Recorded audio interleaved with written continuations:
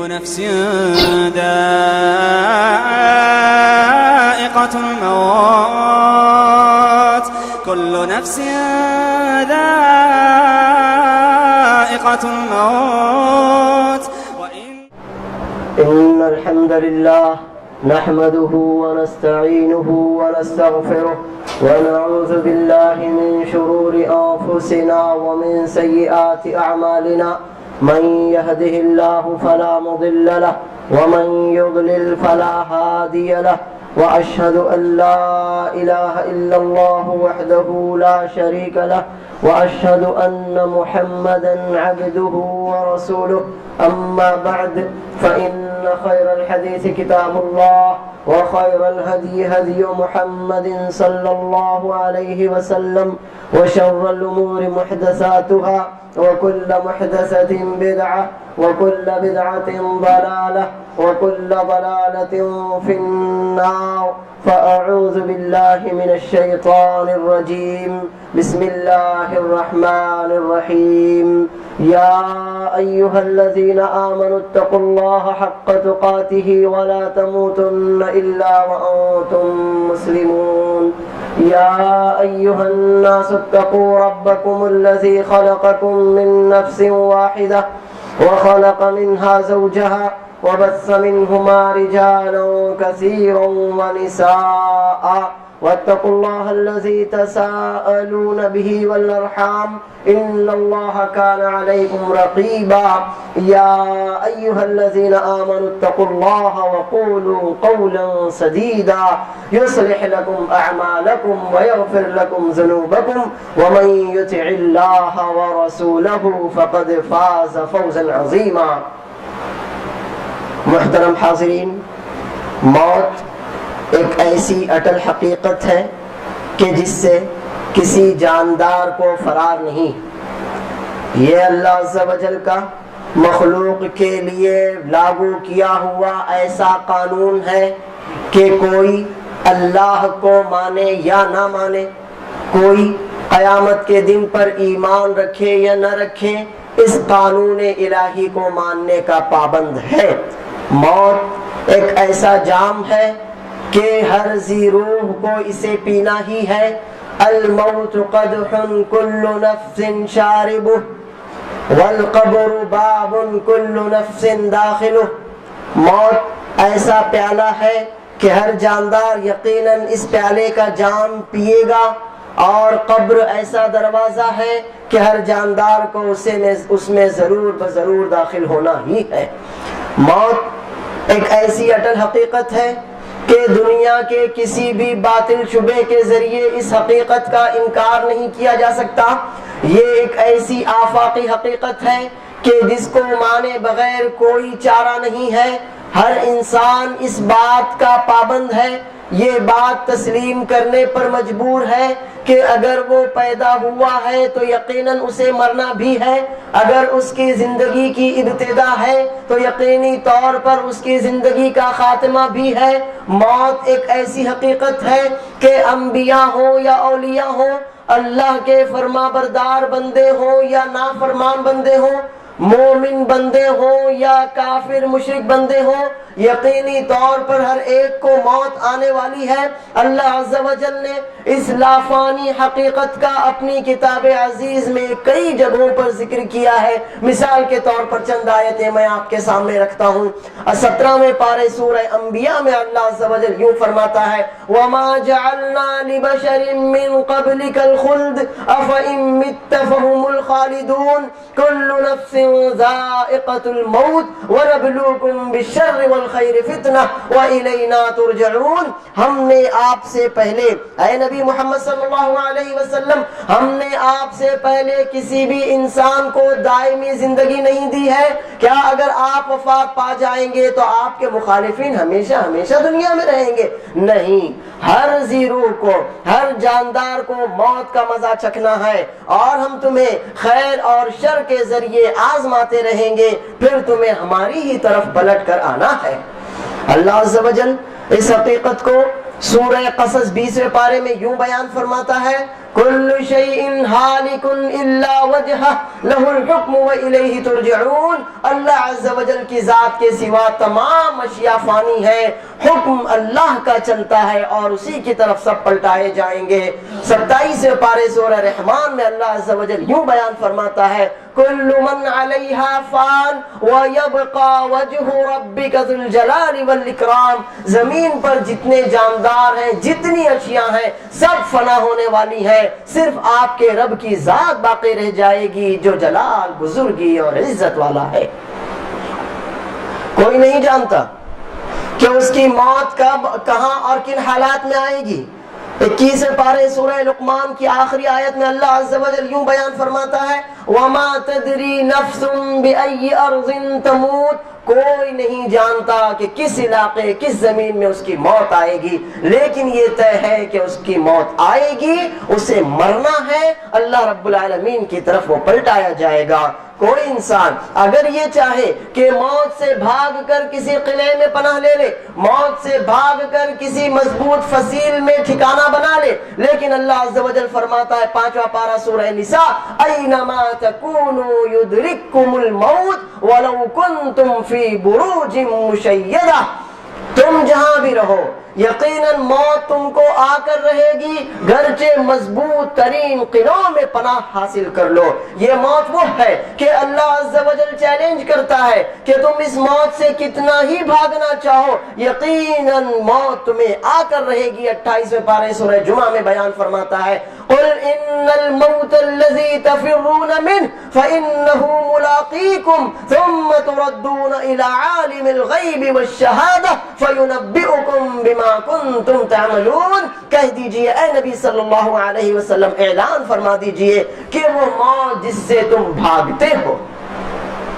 وہ موت جس سے تم بھاگتے ہو یقیناً تم سے مل کر رہے گی، تمہیں موت آ کر رہے گی اور پھر تمہیں غیب اور حاضر کے جاننے والے کی طرف پلٹایا جائے گا اور تمہیں وہ تمہارے تمام کارناموں کی، تمام کرتوتوں کی، تمام اعمال کی پوری خبر دے گا۔ یہ موت وہ ہے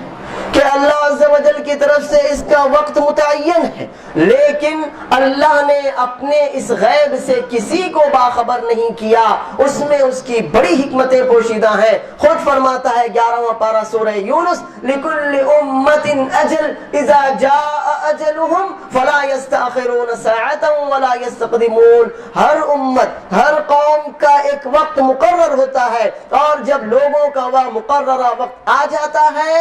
تو ایک لمحہ بھی نہ انہیں آگے کیا جاتا ہے، نہ انہیں ایک لمحے کی مہلت دی جاتی ہے۔ ہم اچھی طرح جانتے ہیں کہ انسان اپنی موت کا وقت نہیں جانتا، لیکن اس کے باوجود سستی اور غفلت کا وہ عالم ہوتا ہے جسے اللہ عز و جل نے 28 پارے سورہ منافقون میں یوں ذکر کیا ہے وَأَنفِقُوا مِن قَبْلِ أَن يَأْتِيَ أَحَدَكُمُ الْمَوْتُ فَيَقُولَ رَبِّ لَوْلَا أَخَّرْتَنِي إِلَىٰ أَجَلٍ قَرِيبٍ فَأَصَّدَّقَ وَأَكُن مِّنَ الصَّالِحِينَ وَلَن يُؤَخِّرَ اللَّهُ نَفْسًا إِذَا جَاءَ أَجَلُهَا وَاللَّهُ خَبِيرٌ بِمَا تَعْمَلُونَ۔ ہم نے تمہیں جو روزی دی ہے اس میں سے اپنی موت کے آنے سے پہلے اللہ کے راستے میں خرچ کرو، کہیں ایسا نہ ہو کہ موت کا وقت آ جائے اور مرنے والا حسرت سے افسوس سے کہے کہ میرے رب مجھے تھوڑی سی اور مہلت دے دے، میں صدقہ کروں اور نیک لوگوں میں سے بن جاؤں۔ اللہ عز و جل سختی کے ساتھ انکار کرتے ہوئے فرماتا ہے ایسا نہیں ہو سکتا۔ وَلَن يُؤَخِّرَ اللَّهُ نَفْسًا إِذَا جَاءَ أَجَلُهَا، جب کسی نفس کا، کسی شخص کا متعین کردہ وقت آ جاتا ہے تو اللہ عز و جل ہرگز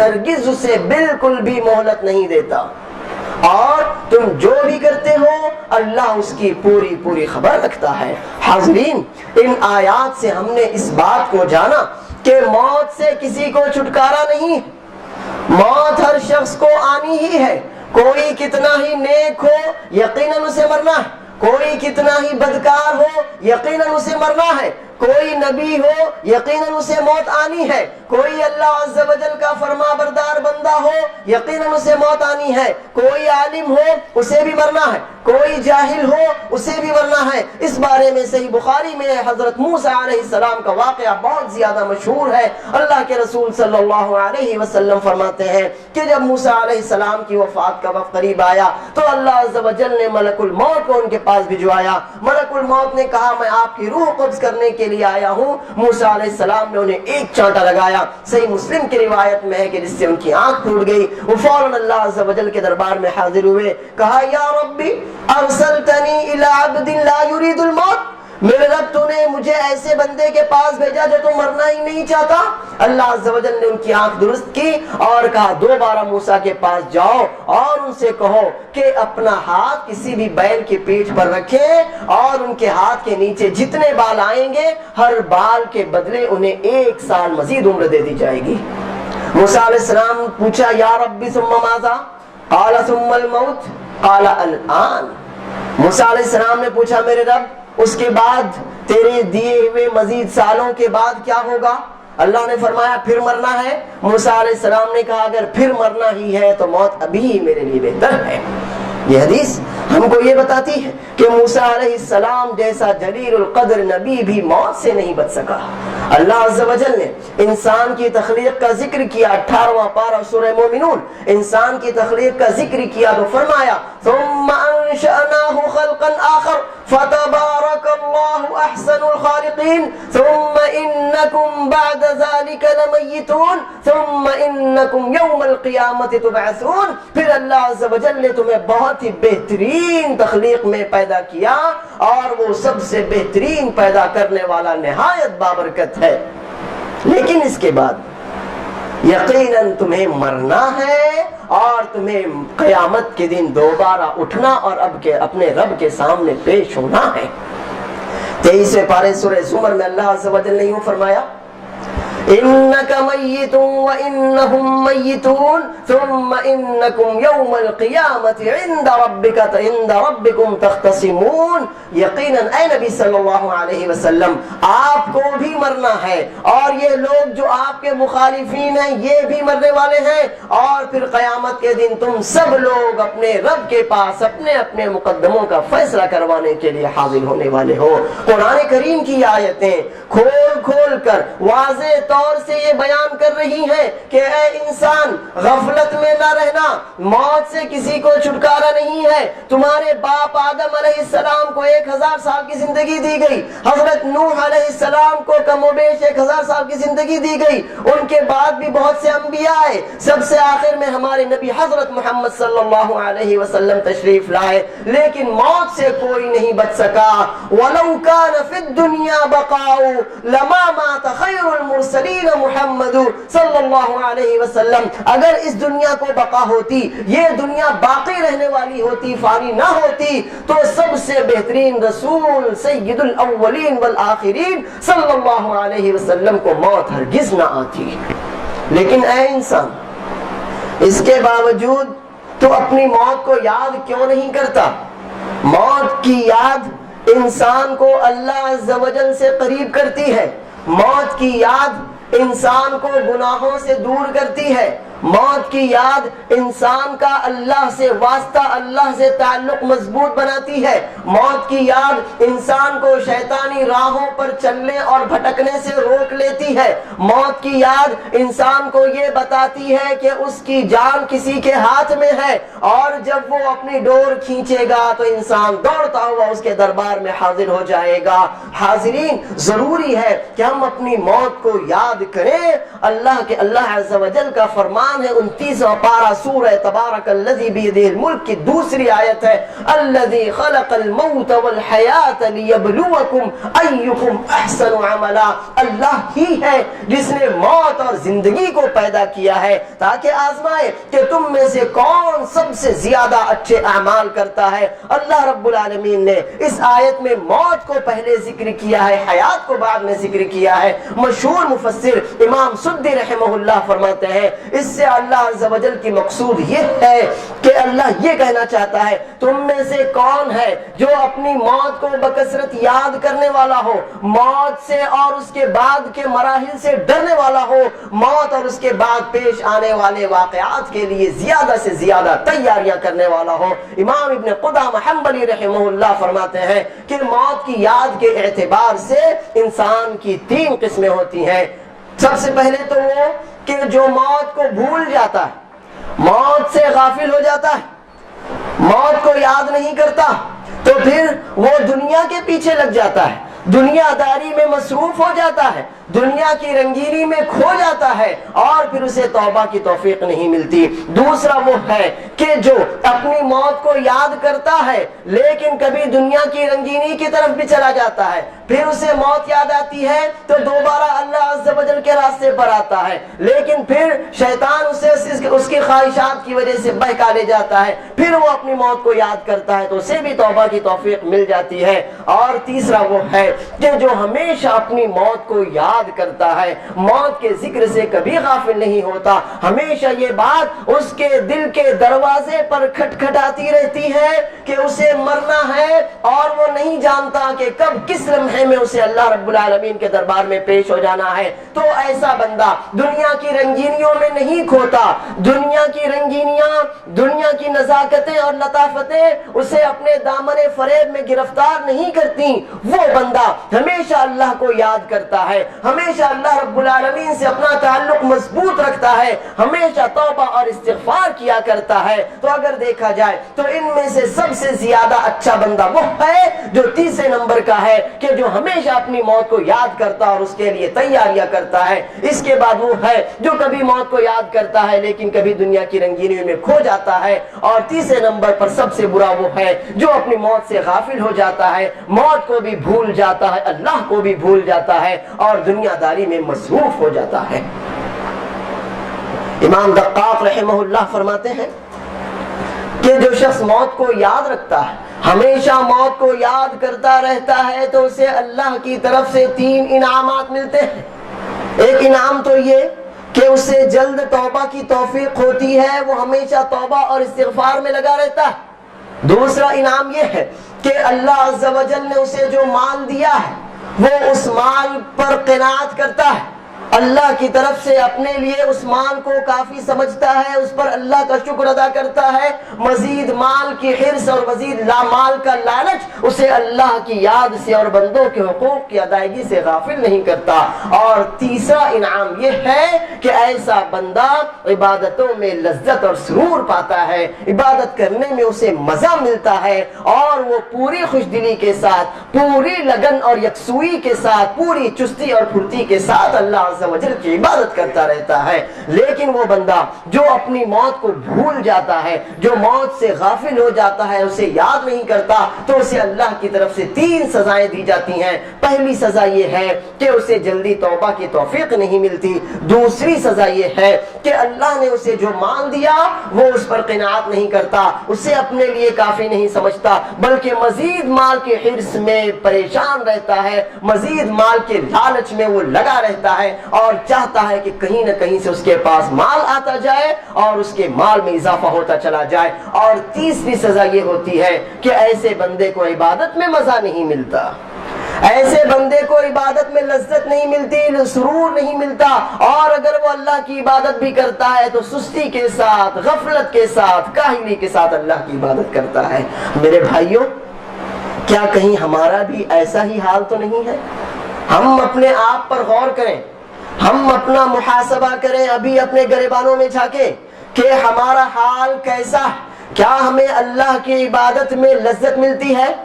کیا ہم پورے شوق اور لگن کے ساتھ اللہ کی عبادت کے لیے حاضر ہوتے ہیں؟ کیا پوری یکسوئی اور خوش دلی کے ساتھ اللہ کو یاد کرتے ہیں؟ اگر ہاں ہے, ایسی ہی بات ہے, تو یقین جانیے کہ ہم اللہ کے نیک بندوں میں ہیں, موت کو یاد رکھنے والے بندوں میں سے ہیں. لیکن اگر ایسا نہیں ہے, اس کے برخلاف ہے, عبادتوں میں لذت نہیں ملتی, عبادتوں میں سرور نہیں ملتا, عبادتوں سے غفلت اور کوتاہی برتتے ہیں, عبادتوں کی طرف ہمارے دل راغب نہیں ہوتے, تو یقین جانیے کہ ایسے شخص کا حال برا ہے. اسے اللہ سے ڈرنا چاہیے اور اپنے اعمال پر توبہ کرنا چاہیے, شرمندہ ہونا چاہیے.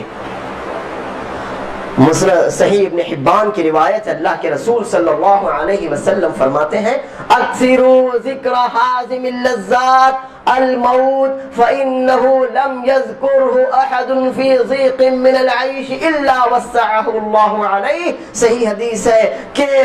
لذتوں کو توڑ دینے والی چیز، دنیا کی لذتوں کا خاتمہ کر دینے والی چیز موت کو بکثرت یاد کیا کرو. جو شخص بھی موت کو بکثرت یاد کرتا ہے، حالات کی تنگی میں، پریشانی اور مصیبت میں یاد کرتا ہے، تو اللہ تعالیٰ اسے خوشحال بنا دیتا ہے. مصیبت تکلیفوں اور غموں میں اس کی کمی ہو جاتی ہے اور ایسے بندے کے مال میں فراوانی ہو جاتی ہے. حضرت عبداللہ بن عمر رضی اللہ عنہما راوی کہ ایک شخص اللہ کے نبی صلی اللہ علیہ وسلم کے پاس آئے، سلام کیا اور پوچھا یا رسول اللہ ای المؤمنین افضل؟ قال احسنهم اخلاقا. اللہ کے نبی صلی اللہ علیہ وسلم سب سے افضل مومن کون ہے؟ آپ نے فرمایا جس کے اخلاق سب سے اچھے ہوں وہ سب سے اچھا ہے. انہوں نے پوچھا وَأَيُّ الْمُؤْمِنِينَ أَكْيَسْ؟ قال اکثرهم للموت استعدادا اکثرهم للموت ذکرا وَأَحْسَنُهُمْ لِمَا بَعْدَهُ اسْتِعْدَادًا. أُولَئِكَ الْأَكْيَاسُ. جو لوگ موت کو بکثرت یاد کرتے ہیں، جو لوگ موت کے بعد پیش آنے والے مراحل کے لیے بکثرت تیاریاں کرتے ہیں، أُولَئِكَ الْأَكْيَاسُ. یہی لوگ عقل مند ہیں. اللہ کے نبی صلی اللہ علیہ وسلم نے ان لوگوں کو عقل مند کہا جو موت کو بکثرت یاد کرتے ہیں اور موت کے بعد پیش آنے والے مراحل کے لیے بہت زیادہ تیاریاں کرتے ہیں. سنن ابن ماجہ کی یہ حدیث ہے، علامہ البانی رحمہ اللہ نے اسے صحیح قرار دیا ہے. موت کو کیسے یاد رکھا جائے؟ وہ کون سا سبب، کون سا ذریعہ ہے جو ہمیں بار بار موت کی یاد دلاتا رہے؟ صحیح مسلم کی روایت ہے، اللہ کے نبی صلی اللہ علیہ وسلم فرماتے ہیں استأذنت ربی فی ان استغفر لأمی فلم یؤذن لی واستأذنته في أن أزور قبرها فأذن لي فزوروا القبور فإنها تذكر الموت. اللہ کے نبی صلی اللہ علیہ وسلم نے فرمایا میں نے اپنے رب سے اجازت مانگی کہ مجھے میری ماں کے لیے استغفار کرنے کی اجازت دی جائے، مگر اجازت نہیں دی گئی. پھر میں نے اجازت مانگی کہ مجھے اپنی ماں کی قبر کی تو زیارت کرنے کی اجازت دی جائے، تو اللہ عز و جل نے مجھے والدہ کی قبر کی زیارت کرنے کی اجازت دے دی. تو اے مسلمانوں فزوروا القبور فإنها تذكر الموت. قبرستان کی زیارت کرو، قبرستان میں جایا کرو. یہ قبرستان کی زیارت تمہیں موت یاد دلاتی رہے گی. اور یقین جانیے کہ جو انسان موت کو جتنا زیادہ یاد رکھتا ہے وہ اتنا ہی زیادہ موت سے ڈرتا ہے، اتنا ہی زیادہ اللہ عز و جل سے ڈرنے والا متقی ہوتا ہے، اتنا ہی زیادہ بندوں کے حقوق ادا کرنے والا ہوتا ہے، اتنا ہی زیادہ اعمال میں سبقت کرنے والا، اعمال میں آگے بڑھنے والا ہوتا ہے، اتنا ہی اس کا دل اللہ رب العالمین پر ایمان اور اللہ کے لیے کیے جانے والے اعمال کے لیے مخلص ہوتا ہے، اتنا ہی زیادہ وہ اپنے ایمان میں، اپنے اعمال میں سچا ہوتا ہے. یہی وجہ ہے کہ اللہ کے رسول صلی اللہ علیہ وسلم نے بہت سی احادیث میں موت کو یاد رکھنے کی، بکثرت یاد کرنے کی تلقین کی ہے، نصیحت کی ہے، تاکہ آپ کے امتی اللہ سے غافل نہ ہو سکے، اللہ کو نہ بھول سکے، محشر کے میدان میں پیش آنے والی تکلیفوں کو یاد رکھیں اور ان تکلیفوں کے وقت اپنے لیے یہاں سے زیادہ راہ سامان سفر تیار کر کے لے جائیں. محترم حاضرین، یہ بھی جان لیجئے کہ نیک اور بد، اللہ کے فرما بردار اور اللہ کے نافرمان لوگوں کی موت میں فرق ہوتا ہے. 25 پارے سورہ جاثیہ میں اللہ رب العالمین فرماتا ہے ام حسب الذین اجترحوا السیئات ان نجعلهم كالذین آمنوا وعملوا الصالحات سواء محیاهم ومماتهم ساء ما يحکمون. برائیاں کرنے والے کیا یہ سمجھ بیٹھے ہیں کہ ہم انہیں ان لوگوں کی طرح ہی بنا دیں گے جو اللہ پر ایمان لاتے اور نیک اعمال کرتے ہیں، کہ ان فرما برداروں اور نافرمانوں کا جینا اور مرنا بالکل یکساں ہو جائے؟ کتنے برے فیصلے تم لوگ کرتے ہو۔ اللہ عز و جل نے مومن کی موت اور بدکار کی موت کا فرق قرآن کریم کی کئی آیتوں میں واضح کیا ہے۔ ان میں سے بطور مثال چند آیتیں میں آپ کے سامنے رکھتا ہوں۔ 8ویں پارے سورہ انعام میں اللہ عز و جل فرماتا ہے وَلَوْ تَرَىٰ إِذِ الظَّالِمُونَ فِي غَمَرَاتِ الْمَوْتِ وَالْمَلَائِكَةُ بَاسِطُو أَيْدِيهِمْ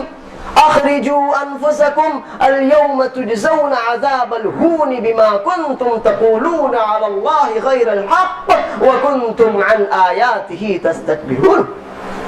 اگر آپ دیکھیں اس وقت کو جب کہ یہ ظالمین، یہ ظلم کرنے والے، یہ شرک کرنے والے موت کی سختیوں میں ہوں گے، فرشتے اپنے ہاتھ ان کی طرف بڑھا رہے ہوں گے کہ لاؤ اپنی جانیں نکالو، لاؤ اپنی جانیں نکالو، آج کے دن تمہیں ذلت کا عذاب دیا جائے گا اس وجہ سے کہ تم بغیر علم کے اللہ رب العالمین کے خلاف باتیں بنایا کرتے تھے اور تم ناحق تکبر کیا کرتے تھے۔ سورہ نحل میں اللہ رب العالمین نے فرما برداروں اور نافرمانوں کی موت کو واضح کرتے ہوئے فرمایا، پہلے نافرمانوں کا ذکر کیا، فرماتا ہے الذین تتوفاہم الملائکۃ ظالمی انفسہم فالقوا السلم ما كنا نعمل من سوء بلا ان اللہ علیم بما کنتم تعملون فادخلوا ابواب جہنم خالدین فیہا فادخلوا ابواب جہنم خالدین فیہا فلبئس مثوى المتکبرین۔ جب ظالموں کی موت کا وقت آئے گا اور فرشتے ان کی روح قبض کرنا چاہیں گے تو یہ ظالمین نہایت ہی عاجزی اور نیاز مندی سے کہیں گے کہ ہم تو کبھی برائی کرتے ہی نہیں تھے۔ فرشتے جواب دیں گے کہ کیوں نہیں، اللہ کو سب کچھ معلوم ہے، تم جو بھی کیا کرتے تھے اب سیدھے سیدھے جہنم میں داخل ہو جاؤ، اسی جہنم میں ہمیشہ ہمیشہ رہو گے۔ تکبر کرنے والوں کا بہت ہی برا ٹھکانہ ہے۔ اور اسی کے بعد اللہ عز و جل نے نیک لوگوں کی موت کا تذکرہ کرتے ہوئے فرمایا الذین تتوفاہم الملائکۃ طیبین یقولون سلام علیکم ادخلوا الجنۃ بما کنتم تعملون۔ جن نیک لوگوں کو فرشتے موت دینے کے لیے آتے ہیں، ان کی روح قبض کرنے کے لیے آتے ہیں تو کہتے ہیں تم پر سلامتی ہو، اللہ کی جنتوں میں داخل ہو جاؤ ان اعمال کے سبب جو تم کیا کرتے تھے۔ 26 پارے سورہ محمد میں اللہ عز و جل نے کافروں اور منافقوں کی موت کا نقشہ کھینچتے ہوئے فرمایا فَكَيْفَ إِذَا تَوَفَّتْهُمُ الْمَلَائِكَةُ يَضْرِبُونَ وُجُوهَهُمْ وَأَدْبَارَهُمْ۔ اس وقت ان کی کیسی درگت ہوگی جب فرشتے ان کی روح قبض کریں گے، ان کے چہروں پر بھی ماریں گے اور ان کے پچھلے حصوں پر بھی ماریں گے۔ اور ان کے بالمقابل نیک لوگوں کی موت کا ذکر کرتے ہوئے اللہ عز و جل فرماتا ہے 30واں پارہ سورہ فجر یا ایتھا النفس المطمئنہ ارجعی الی ربک راضیۃ مرضیہ فادخلی فی عبادی وادخلی جنتی۔ اے پاکیزہ روح، تو اپنے رب کی طرف پلٹا، تو بھی اللہ سے راضی اور اللہ بھی تجھ سے خوش، تو میرے نیک بندوں میں شامل ہو کر میری جنتوں میں داخل ہو جا۔ یہ ہے نیک اور بد کی موت کا فرق۔ اور اللہ عز و جل نے ان آیتوں میں یہ واضح کیا ہے کہ نیک آدمی کو موت کے وقت ہی جنت کی خوشخبری دے دی جاتی ہے اور بدکار آدمی کو مرنے کے وقت ہی جہنم کی بشارت دے دی جاتی ہے، اور ساتھ میں فرشتے اس کو مارتے اور پیٹتے بھی، اور یہیں سے اس کی سزا کا سلسلہ بھی شروع ہو جاتا ہے۔ سنن ابن ماجہ کی صحیح حدیث ہے، اللہ کے رسول صلی اللہ علیہ وسلم فرماتے ہیں جب نیک بندے کی موت کا وقت آتا ہے تو فرشتے اس کے پاس آتے ہیں اور اس سے کہتے ہیں اے پاکیزہ روح، تو اللہ کی رضامندی کی طرف چل، جہاں تیرے لیے عیش ہے، آرام ہے، پاکیزہ روح ہے۔ تو وہ روح ایسے نکلتی ہے گویا مشکیزہ ہو، اس کا بندن کھول دیا جائے تو پورا پانی روانی کے ساتھ بہ جاتا ہے۔ فرشتے اس کو جنت سے لائے ہوئے کفن میں لپیٹتے ہیں، خوشخبریاں دیتے ہیں اور آسمان کی طرف لے جایا جاتا ہے، جب بھی آسمان کا دروازہ کھلوایا جاتا ہے تو آسمان والے فرشتے اس کو مبارکبادیاں دیتے ہیں، حتیٰ کہ اسے علیین میں پہنچا دیا جاتا ہے۔ لیکن جب بدکار آدمی کی موت کا وقت آتا ہے تو اس کی روح پورے جسم میں بھاگتی ہے، فرشتے اس کو مارتے اور یوں اس کی روح کو کھینچتے ہیں گویا کہ کوئی ریشمی کپڑا کانٹوں پر ڈال کر اسے گھسیٹ لیا جائے۔ نہایت تکلیف کے ساتھ وہ روح نکلتی ہے، فرشتے اس کو جہنم کی بشارت دیتے ہیں، کہتے ہیں اے گندی خبیث روح، اللہ بھی تجھ سے ناراض، تو بھی اللہ سے ناراض ہے، تو اللہ کے عذاب کی طرف نکل چل۔ چنانچہ پھر اسے لے کر جاتے ہیں، جہنم کا کفن اسے لپیٹا جاتا ہے اور اسے جب آسمان کی طرف لے جاتے ہیں تو فرشتے کہتے ہیں اس کے لیے آسمان کے دروازے نہیں کھولے جائیں گے، لا تفتح لهم ابواب السماء حتى يدخل لا تفتح لهم ابواب السماء حتى يدخل الجمل في سم الخياط، اونٹ سوئی کے نوک میں داخل نہ ہو جائے،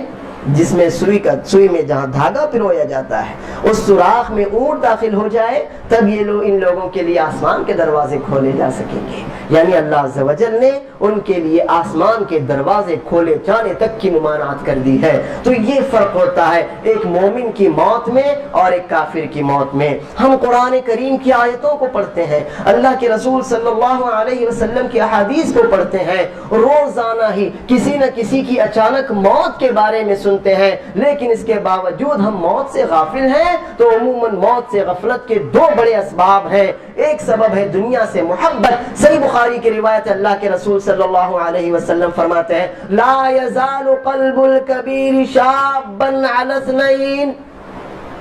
حب الدنیا وطول الامل۔ آدمی بوڑھا ہو جاتا ہے لیکن اس کا دل دو چیزوں کی محبت میں جوان رہتا ہے، ایک تو ہے دنیا کی محبت اور دوسری ہے لمبی لمبی امیدیں۔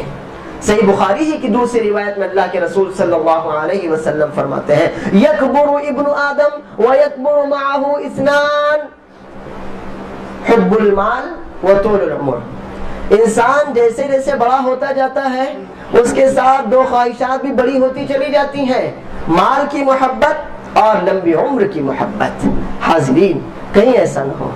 کہ یہ دونوں حدیثیں ہم پر بھی فٹ آ رہی ہوں۔ اللہ رب العالمین مجھ کو اور آپ کو ان لوگوں میں سے نہ بنائے جو موت سے غافل ہو کر اللہ کو بھول جاتے ہیں، بلکہ ان لوگوں میں شامل کرے جو موت کو بکثرت یاد کرتے ہیں، موت کو یاد رکھ کر اللہ سے توبہ اور استغفار کرتے ہیں، اللہ کے سامنے اپنے گناہوں پر شرمندہ ہوتے ہیں، اللہ عز و جل کے حقوق ادا کرتے اور بندوں کے حقوق ادا کرتے ہیں۔ ایسے ہی لوگ ہیں جن کے لیے دنیا اور آخرت کی دائمی سعادتیں ہیں، دنیا اور آخرت کی ہمیشہ کی کامیابیاں ہیں۔ ربنا آتنا فی الدنیا حسنۃ وفی الآخرۃ حسنۃ وقنا عذاب النار، ربنا هب لنا من ازواجنا وذرياتنا قرۃ اعین واجعلنا للمتقین اماما، رب اغفر لي ولوالدي ولمن دخل بيتي مؤمنا وللمؤمنين والمؤمنات، سبحان ربك رب العزة عما يصفون وسلام على المرسلين والحمد لله رب العالمين۔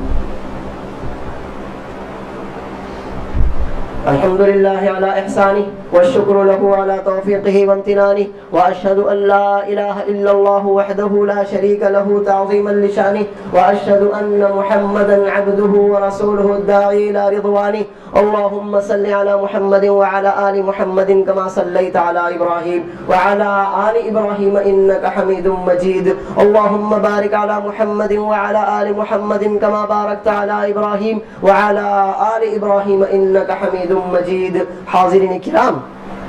موت سے غفلت کے دو اسباب ہیں، پہلا سبب جو آپ نے جانا کہ دنیا کی محبت، اور دوسرا سبب ہے جہالت یا دھوکہ۔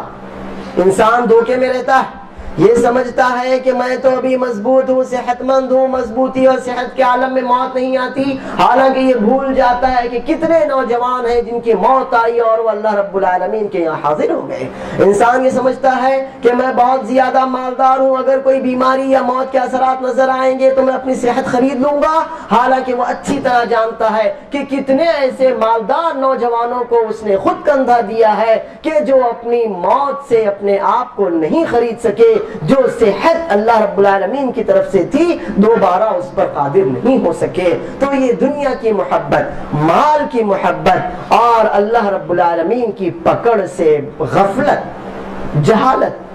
دنیاوی زندگی کی رنگینیوں سے دھوکہ، مال کی فراوانی سے دھوکا، جوانی اور ہٹے کٹے پن ہونے سے دھوکا، یہ ایسے اسباب ہیں جو انسان کو موت سے غافل کر دیتے ہیں۔ حاضرین، مجھ پر اور آپ پر یہ عائد ہوتا ہے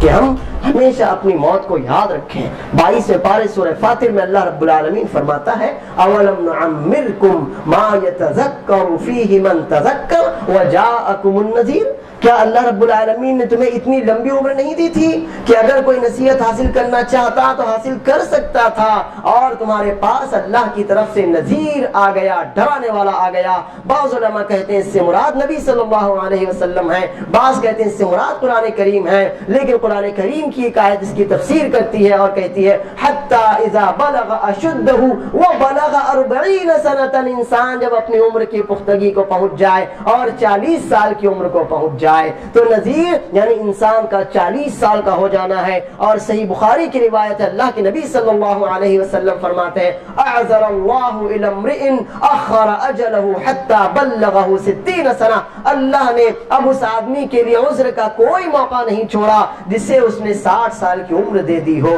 لہٰذا میں اور آپ اپنی اس زندگی سے دھوکہ نہ کھائیں، دنیا کی رنگینیوں سے دھوکے میں نہ پڑیں، اپنی صحت کو غنیمت جانیں، اللہ کے نبی صلی اللہ علیہ وسلم کے فرمان کے مطابق اپنی زندگی گزاریں۔ کن فی الدنیا کأنک غریب او عابر سبیل، دنیا میں ایسے رہو گویا کہ اجنبی ہو یا راستہ پار کرنے والے مسافر۔ اور اللہ کے نبی صلی اللہ علیہ وسلم کی نصیحت یاد رکھیں، عد نفسک مع اہل القبور، مسند احمد کی روایت ہے کہ اپنے آپ کو بھی ان قبر والوں میں سے ہی شمار کرو، کیونکہ کسی کو نہیں معلوم کہ کون کب مرنے والا ہے۔ اسی لیے حضرت عبداللہ بن عمر رضی اللہ عنہما نصیحت کیا کرتے تھے اذا امسیت فلا تنتظر الصباح واذا اصبحت فلا تنتظر المساء وخذ من صحتك لمرضك ومن حیاتك لموتك، شام ہو جائے تو صبح کا انتظار نہ کرو، نہ معلوم صبح آپ کی زندگی میں لکھی ہوئی ہے یا نہیں لکھی ہوئی ہے، اور جب صبح ہو جائے تو شام کا انتظار نہ کرو، آپ کو معلوم نہیں شام تک آپ جیئیں گے یا نہیں جیئیں گے۔ اور اللہ نے صحت دی ہے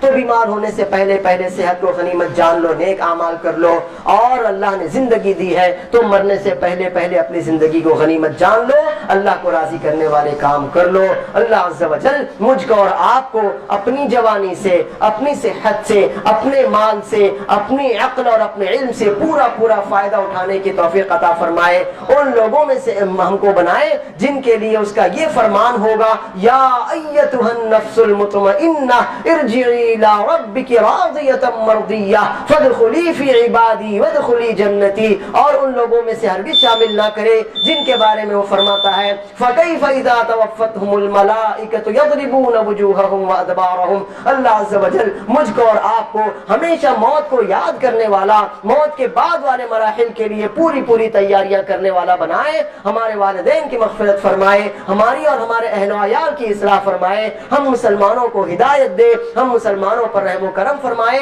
ہمارے گناہوں کو معاف فرمائے، مصیبتوں اور بلاؤں سے ہمیں دور کرے، ہم سب کی جان مال عزت اور ایمان کی حفاظت فرمائے۔ ربنا هب لنا من ازواجنا وذرياتنا قرة اعين واجعلنا للمتقين اماما، ربنا لا تؤاخذنا ان نسينا او اخطأنا، ربنا ولا تحمل علينا اصرا كما حملته على الذين من قبلنا، ربنا ولا تحملنا ما لا طاقة لنا به، واعف عنا واغفر لنا وارحمنا انت مولانا فانصرنا على القوم الكافرين۔ سبحان ربك رب العزة عما يصفون وسلام على المرسلين والحمد لله رب العالمين۔